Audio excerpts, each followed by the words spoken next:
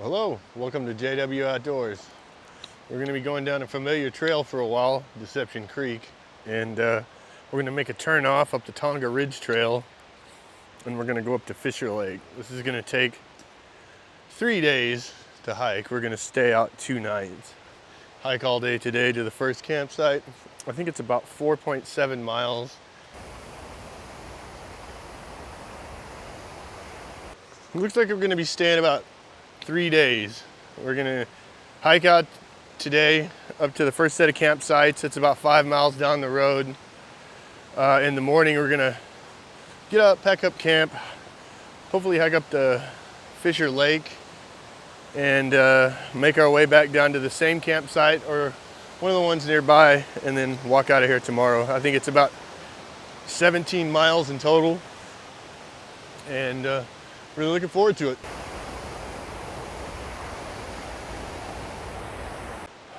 We'll see how long I can go with the baseball cap on before I start sweating too much.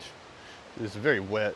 I don't know if you can hear the river, but it's really roaring back there. And there's been a lot of rain the last few days, and it's increased the speed at which the snow's been melting. So the rivers are going to be pretty roaring today. Hopefully there's no trouble getting across anything.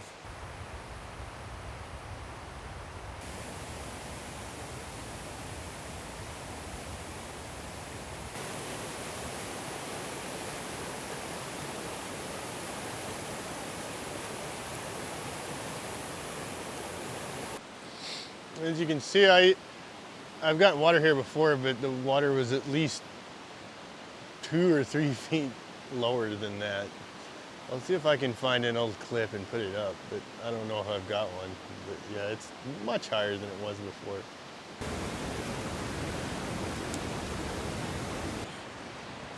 One of the things on the trail that makes this trail a little harder is roots. They're generally come from rain, you wash away the soil, and you got these exposed roots. There's so many of them that makes the ground very uneven and slows you down. Remember that on, I think it's at certain parts of the year too, but roots have led me to fall down more than once.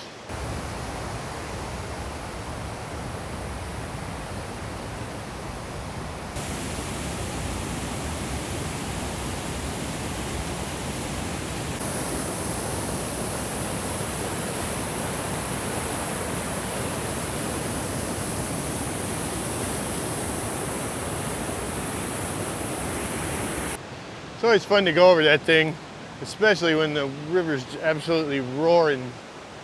Man, if you fell off that thing, it wouldn't hurt very long, I don't think. The cold in the water would get you pretty quick.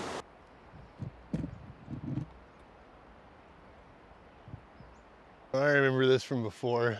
There's like a little bit of going over and under these fallen trees, but it doesn't last very long, and we'll be back to trucking along.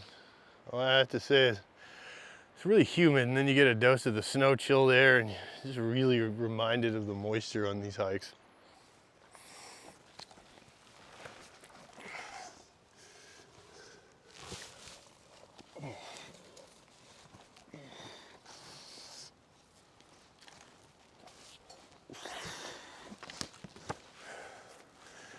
There we go.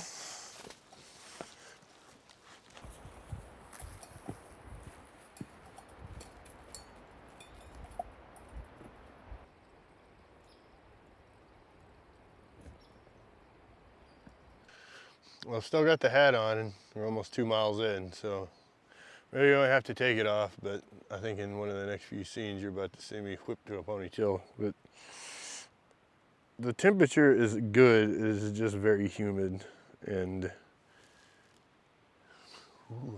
it takes away from the hiking. You got to stop and dry off. My back's starting to sweat, and I've even got the ventilation. But I think there's an upper limit to everything.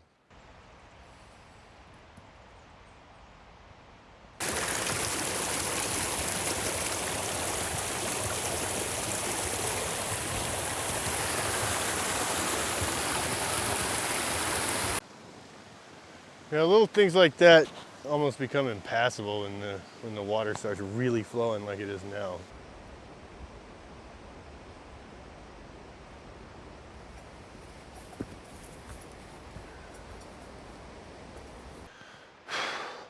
Well, heat and humidity is slowing me down. I'm moving along. Everything's pretty comfortable. It's just sweating quite a bit. I'm gonna have to stop for water again soon. Maybe eat a little something. It's really nice though. Next few days are gonna be crazy out here. It's gonna be a lot of people. It's already really nice. After all the rain, a lot of water though.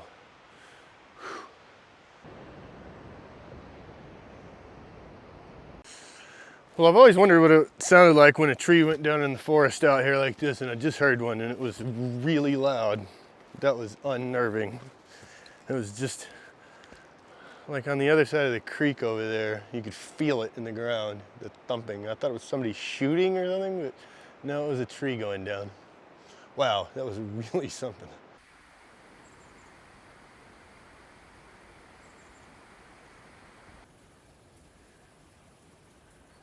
Well, I keep forgetting that I got sunlight until almost 9:30 tonight, so I don't have to really hurry as much as in the winter, so maybe we'll make it to that second campsite, take a break in the first one.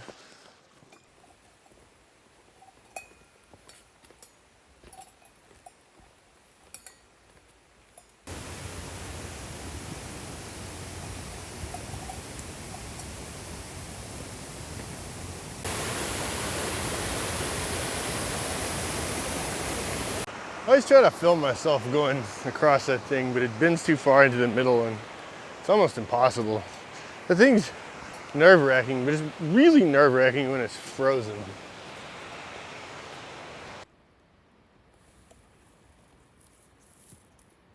We've made it to the first set of campsites. I'm gonna sit down for a second, I think, take an ibuprofen, drink a little water, and maybe try to dry out my boots a little bit.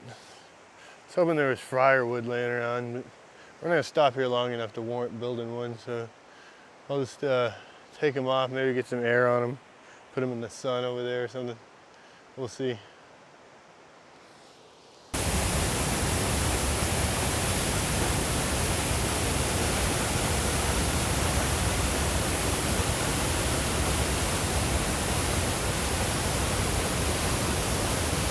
We'll try to talk over that, but that wouldn't be very fun to fall into.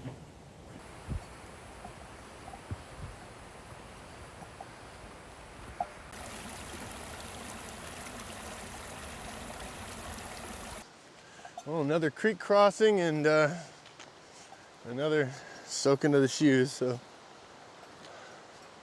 snow melt season is quite something. I'm not actually moving a lot slower though. I meant to stop for a second and take off my socks and wring them out and air everything out and keep going. I don't think we got about a mile and a half before we get there.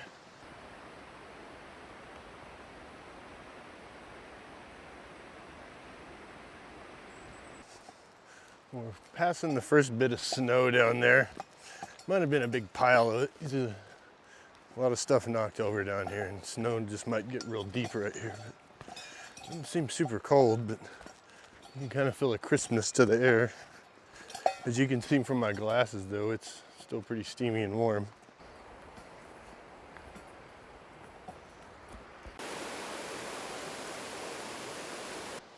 Well, the mountain over there is Sparkplug Mountain. It's kind of washed out, but yeah, there's two mountains. I'll try to get a shot of it. The next one down is Surprise Mountain, which you can basically keep going down this trail and then join up to the PCT and then loop around. But there's a bit of bushwhacking, and I think you have to cross a pass that's snowed in still. But I think somebody's done it. But we're gonna turn the other direction and go up the Tonga Ridge Trail up to Fisher Lake. I think we have less than a mile to the camp, but we've still got about 5 hours of daylight left because it's summer. But it's been a beautiful, albeit wet, kind of muggy and at times chilly walk. My feet are soaked and I can't wait to take care of that. But it's been a little more rugged, more blowdowns, but so far this has been really nice.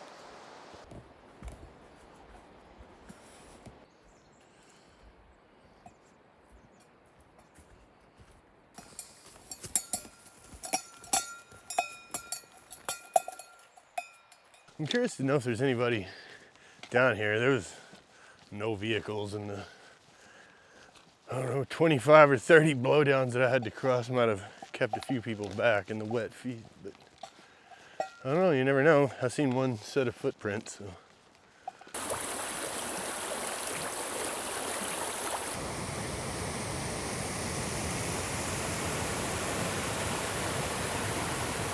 Looks like we've made it to the campsite.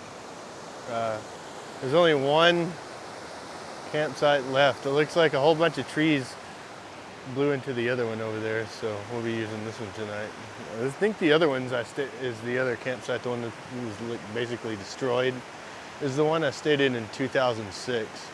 This is the first trail I ever went on, and it's been a few years now, but there used to be 2 or 3 campsites here. Now just this one remains, but it's got a good fire ring and some wood, so. And then it looks a place to sit and possibly dry out my wet boots and socks. So I'll get the tent set up over here, and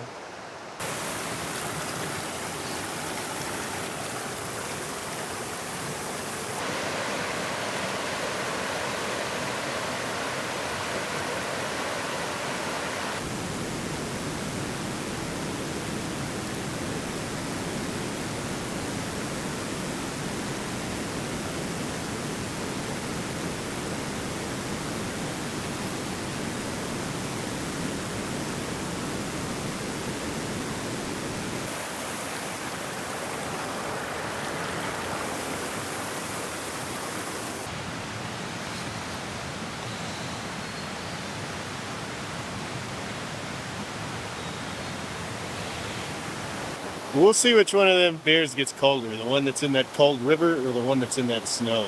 I'm curious to see. Now that we got the shelter built, I think it's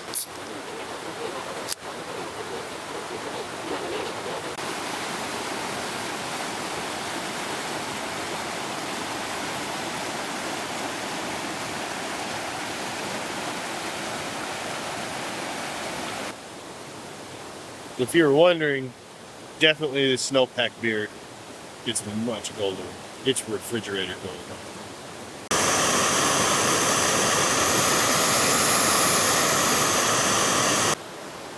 Well, as it comes up on about 9:30, I'm gonna have some chili mac with beef and hit the sack, and then we'll hit up the Tonga Ridge Trail in the morning and get up to Fisher Lake. Really an awesome hike so far, other than the wet feet. So, other than that. Well, good morning. It's just after 6 a.m. I think I'm going to get out and get a cup of coffee, go get the food down, take the tent down, and head over to Lake Fisher.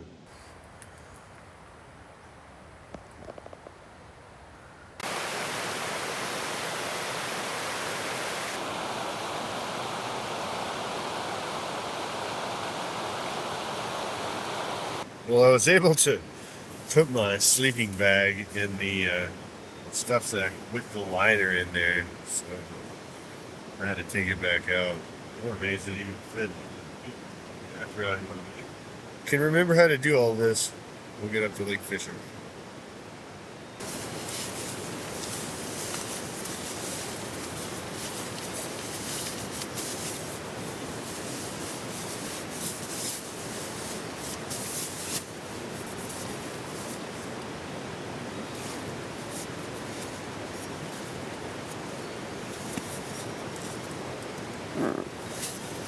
Well, up the Fisher Lake we go. I think when you're on cellular data, the GPS will guess along the trail how it is, how far you have to go. But when you're out of service, I think it just does a straight line. And a straight line estimate to where we're going is 2 miles. But I assume we're gonna probably walk closer to 4 or 5, maybe 3. I'm not exactly sure. I can't remember. I had it tabulated before, but we're gonna gain about 2,000 feet, and hopefully there'll be some pretty views.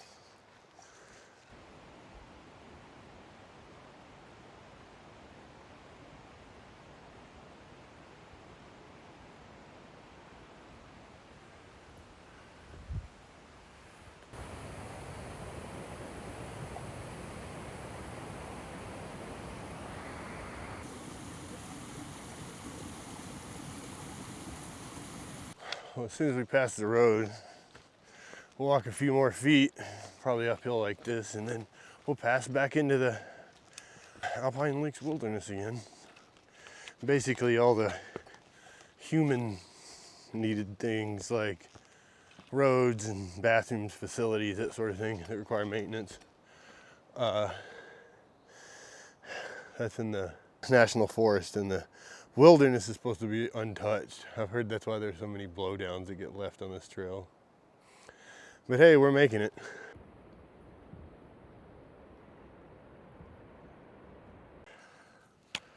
Well, we've made it to the road where I guess the trail, the Tonga Ridge Trail, actually starts over here, but this is called the Deception Creek Cutoff, and that's Tonga Ridge Road over there.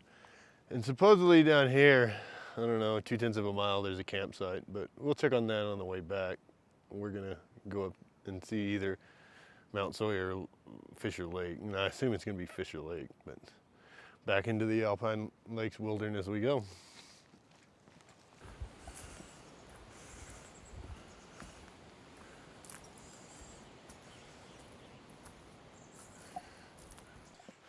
Well, as you can see, in a really densely forested part, it's also very steep. So I'm going pretty slow. Try not to just soak out and sweat, but I can feel it's starting to get a little cooler. We must be getting up towards about 4,000 feet.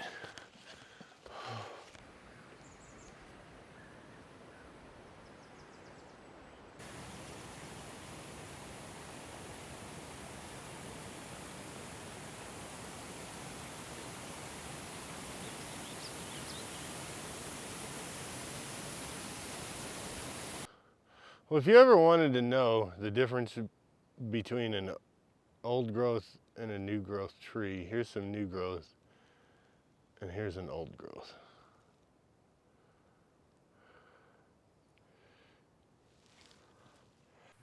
Where we're headed is right there underneath that peak. There's kind of a snowy slope below it, so craggy rocks. I think it saddles out into kind of a low spot right there that's flat. And down there is the lake we're going to, I think.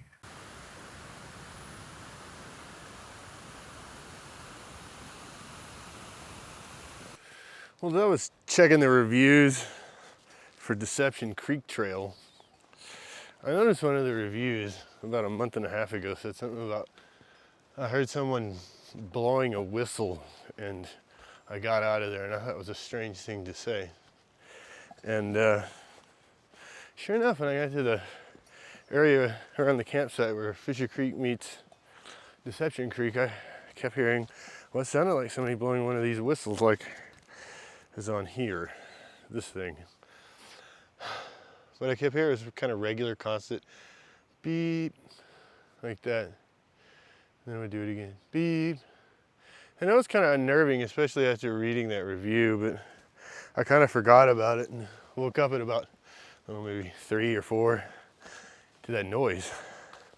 It was that same regular beep. So it's got to be some kind of an animal. I just don't know what it is. It is a strange thing to hear, and it was only down there by around that campsite. I haven't heard it since I've left there, so I'll update you if I need more information on that.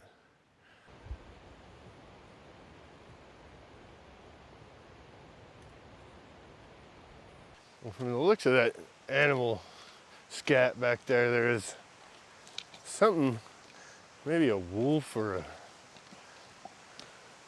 coyote, something that eats fur, because there was a ton of fur in there. But it could have been something else. I don't know. It might have been small bear even, but I didn't think that's how they look. I don't know. I'll have to research that when I get back. There's definitely something out here.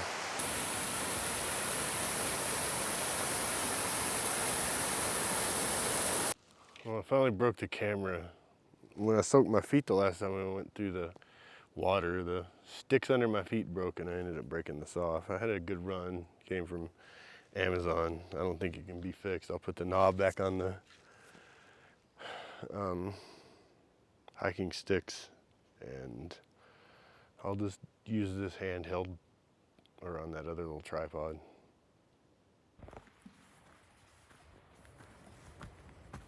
We're at about 4,500 feet now and I'm passing the first bit of trail or snow on the trail itself. But I've seen it around. I've seen it around the other campsite. That's where I had the beer in. But yeah, I think snow is gonna start to be more common. I think the review said it starts around 4,800, which is about where the lake is.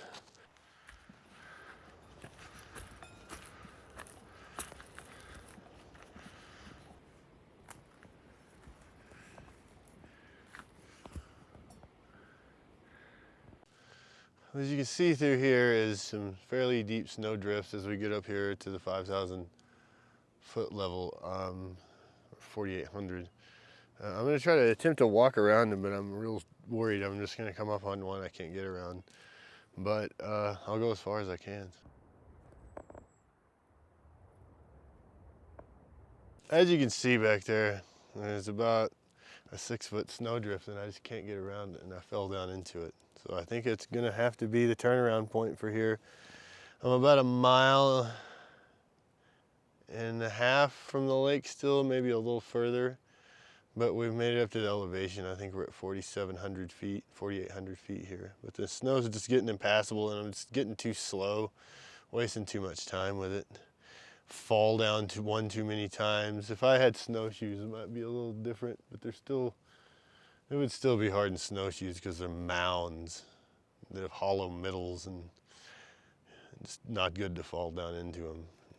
It's just too slow to pass. So we'll be heading back over to the campsite now.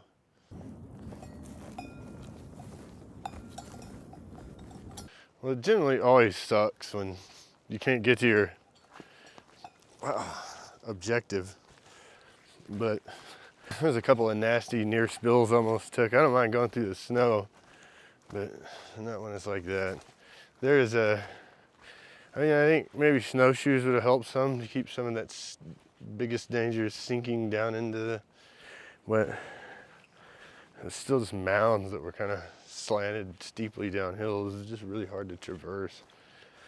But I'll try to get some decent shots over here.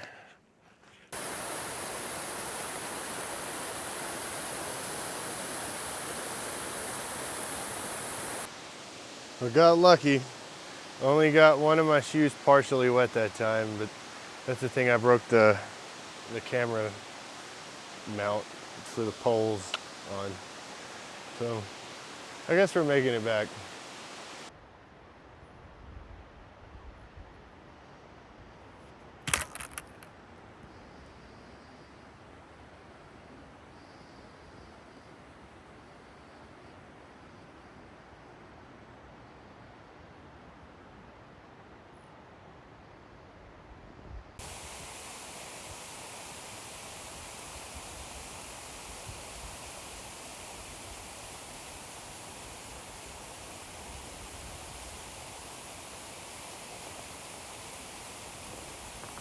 Looks like there was a big landslide back there and it opened up a big clearing. But it looks like it's been at least, I don't know, 15 years, something like that. I'll look it up when I get back and see.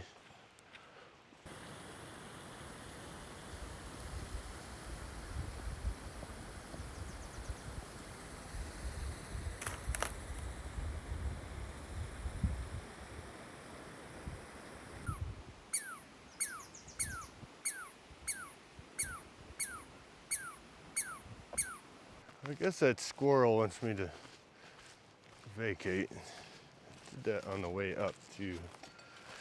Gotta be pretty close because they're crossing back over into the national forest part, so basically we can pass that road.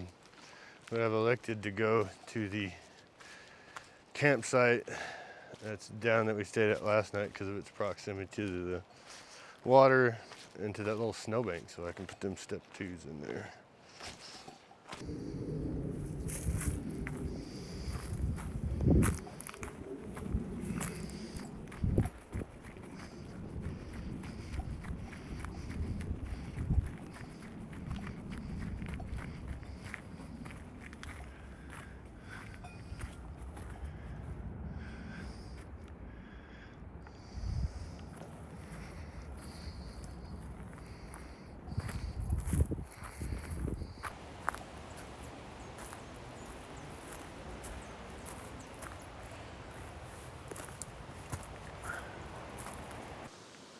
Well, after resting my legs for about an hour, I'm gonna eat one of those freeze-dried meals, and I'm gonna hike out of here. I'll have 6 hours of daylight to go 5 downhill miles. I think it'll be pretty doable.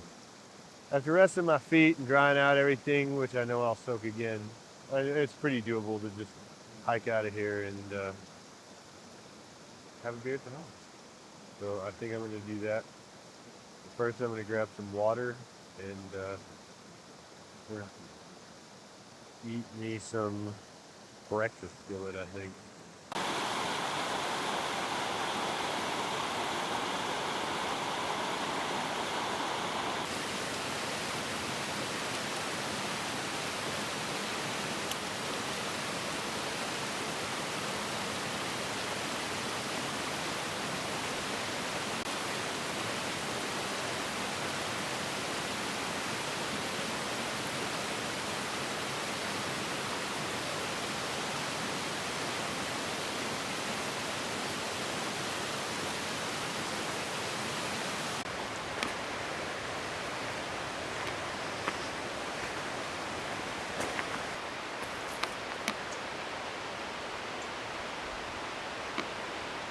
Well, we got about 5 miles left.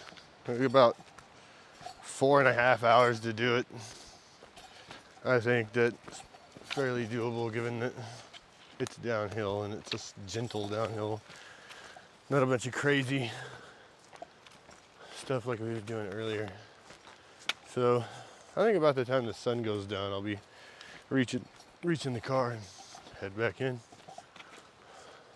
Weather's just exquisite though.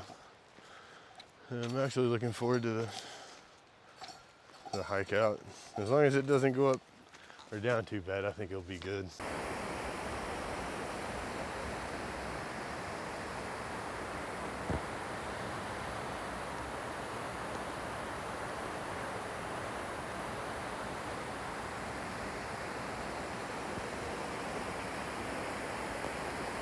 Well, it looks like this area up here was not just a rock slide, but a big giant chunk of the actual bedrock broke free and fell.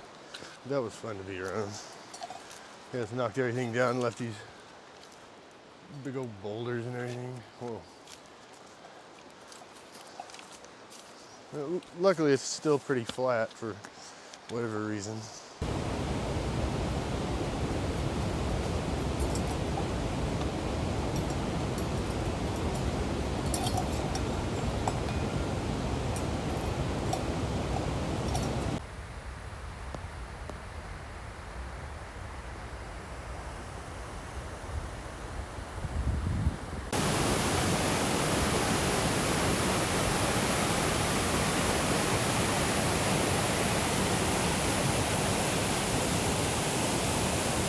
Well, I mean, these blowdowns, finally my phone came out of my pocket. Luckily, I went about 30 paces back and there it was, just sitting on the tree. Yeah, you gotta be careful climbing around on things. Luckily, it was just sitting there.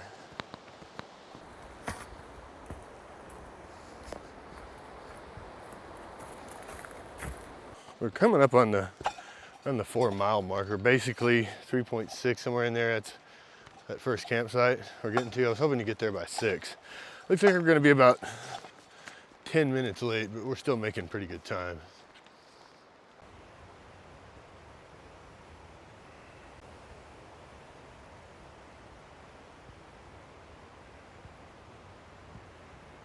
We made it to that first campsite about the time I thought. We're about 3 minutes late instead of 10, but we're making good time. It does seem like it's getting darker, but I think we're just kind of racing the shadow all the way back to the car.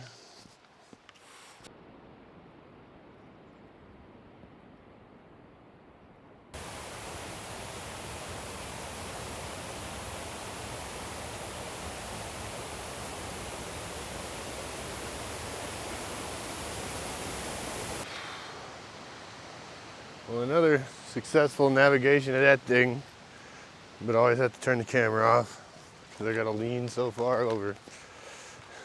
That thing's kind of fun, other than when it's frozen.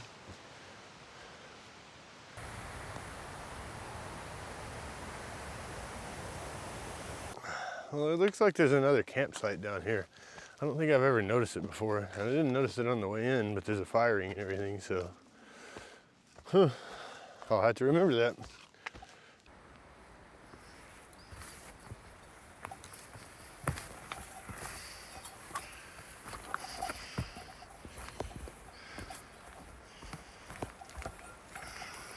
Well, as you can see, some parts of the trail are quite overgrown.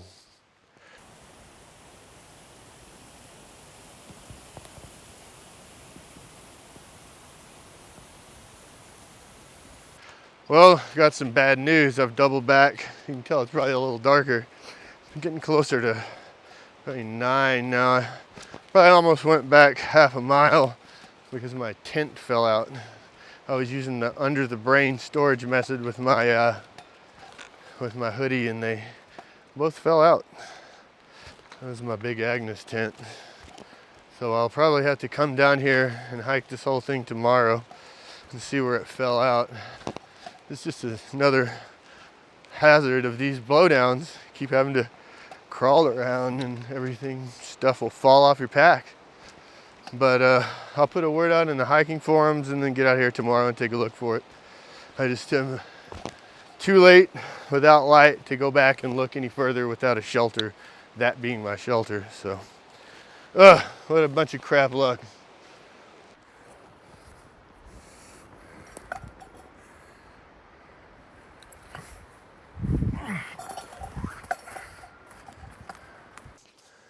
Well, Deception Creek's been real nice, except for all the myriad of blowdowns. This is probably what cost me my tent. Looking at my footage, it's somewhere way back there by the second camp where I stayed the night. So there's blowdowns and stuff to crawl over and under all the way back that far. So besides that and the wet shoes, it kind of took a damper on this trip. But other than that, I did really enjoy this hike. And from JW Outdoors, thank you for watching.